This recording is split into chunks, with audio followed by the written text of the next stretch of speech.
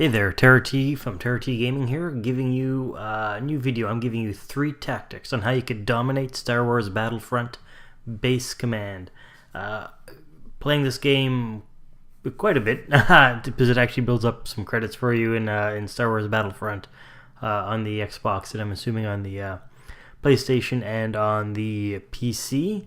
But it's a fun little strategic game, but if you don't follow these 3 tips, you will get destroyed at higher levels. So pay attention and learn how to dominate this game. So at the beginning of the game, you're going to have your enemies appear on the screen. You're going to have them in the various quadrants and the various sectors in the quadrant. In this case, they're all 3 sectors out, 2 per quadrant. It's quite a few. And the very first thing you want to do is assess all the cards you have in your deck before you make any move. And the reason you want to do this is to make sure they'll actually be of value to you this hand. So I do this by clicking on every one. Let's start on the right hand side, look at our vehicles. X-Wing, perfect. They could attack any of the people on the board. A-Wing, same thing. A-Wing, same thing. So all those 3 cards, in my opinion, are good. I'd stick with that. Left hand side, Defection. I like this card. You could have them battle each other. Perfect. Ion Blast. Not so good, even though it's a good card in general. You could see this round it's not going to add any value for me. And we have the Impact Grenade. Same thing. It's not going to add value. So I now know what cards are good. I've got 4 good ones that will allow me to have an effective attack this game, and 2 cards that will not. That leads to the second tip. Discard a card or 2 cards every single round without failure. And you have to do this before you play a card. So this is why you have to look at your cards first and then assess what's good and what's not you need to discard. When I first started playing, I thought I'd discard. I'll use it on a occasion. I think that'll penalize me. It doesn't penalize you. And frankly, it makes all the difference in this battle, especially as you get further into the rounds. You will need to have optimal cards to be able to win. First round, as you can see, top right hand corner, there's only 1 gold circle there, so I can only discard 1 card.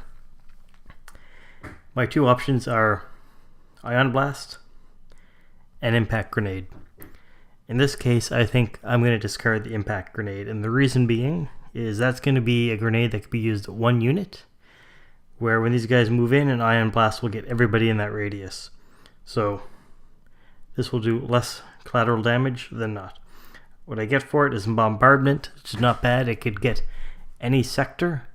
So it could get any of the 2 guys in each of these 4 sectors this round. So that's perfect. Third tip, and this is very important too, is order of playing your cards. First thing you want to do is you don't want to play your ships or your guys on the right first. You want to save them to the last. You want to play the cards on the left first, typically. Or whatever ones you can play. You can't always play them first. So for me, I could either do Defection, where they attack each other, Ion Blast, or Bombardment, which is going to do some damage to them. Actually, Ion Blast I can't even play. In this case, the smart move is Defection. You may as well have them damage each other first before you start using your cards that will damage them. So I'll pick any sector. In this case, it doesn't make a difference, but sometimes it does. You want to actually do units that are going to be high damage to your base if you can. So if it was Stormtroopers in the same coordinate in 1 zone versus 2 AT-ATs, I would always go for the AT-ATs first, not the Stormtroopers. They're all Stormtroopers though, so let's get these guys here. They're going to go for a little battle against each other. Bango. Good. 1's down. So, can't do the Ion Blast, so Bombardment. In my view, I would always want to reduce units per sector. So I wouldn't get the sector I just did. There's only 1 guy left there. I want to get a sector that doesn't have anybody. Or that has 2 guys. So just did that. Okay, nobody died, but that's fine. And now I'm going to play my 3 ships. So I'll play X-Wing first. And all of these planes typically will be able to destroy Stormtrooper. Depends what kind of abilities they have attached to them. I'll use another ship to get a guy in one of the other quadrants that had 2. So last one, I'll use one of the final quadrants, the guy with a little more hit points, to get him out of the quadrant, so each one only has 4. You could use your base cannon at this point and get one of the guys, the guy on the bottom right hand side that has 1 hit point. I wouldn't. I save my base cannon for when I really need it, because it only charges up a third each round, so that wouldn't make sense. So what I'll do now is just hit end turn, let them do their move, they regen a little bit of damage, more stormtroopers come up, more ships, and so I'll follow the same process again. I'm going to assess my cards so they can attack somebody, so can he. So get these guys, although the 2 X-Wings can only get the new guys in play, not the guys who are closer to my base. I got evasive maneuvers, which vehicles against stormtroopers won't make much of a difference. And I've got 2 ion blasts, which are pretty good. So really what I would do in this case, you might think, well, they're all offensive, they can all get somebody. Yes, but I would prefer to be able to get guys who are closer to my base. So get rid of an X-Wing and hope for something better. Okay, I've got a what's this, A-Wing or Speeder, whatever it is, come up. Not bad, so I'll take it. So once you do that, you assess the attack order. You want to have guys attack each other first. Don't have defection, so I want to do ion blasts. Let's get these guys. Any of them die? Nope. Another round of ion blasts. Okay, wow, they're taking a lot of damage. Okay. I will play this card next because this card can only fight in 1 sector, so I want to see if I can get rid of one of the guys in one of the sectors. Next, I want to get closest guy with a sector that has the most units, so I'll go for this stormtrooper here. Boom. And now I'm going to play my Y-Wing, or X-Wing, sorry, and got him. Okay, so good. And I really didn't need to use evasive maneuvers. I guess I could have used it on one of the cards just to free it up, but which actually I probably should have done. My mistake. But round went well, so let these guys move in, get a few more stormtroopers. I guess this is a round with full stormtroopers, which is odd for a more advanced round, but that's fine. So we're going to follow the same process again.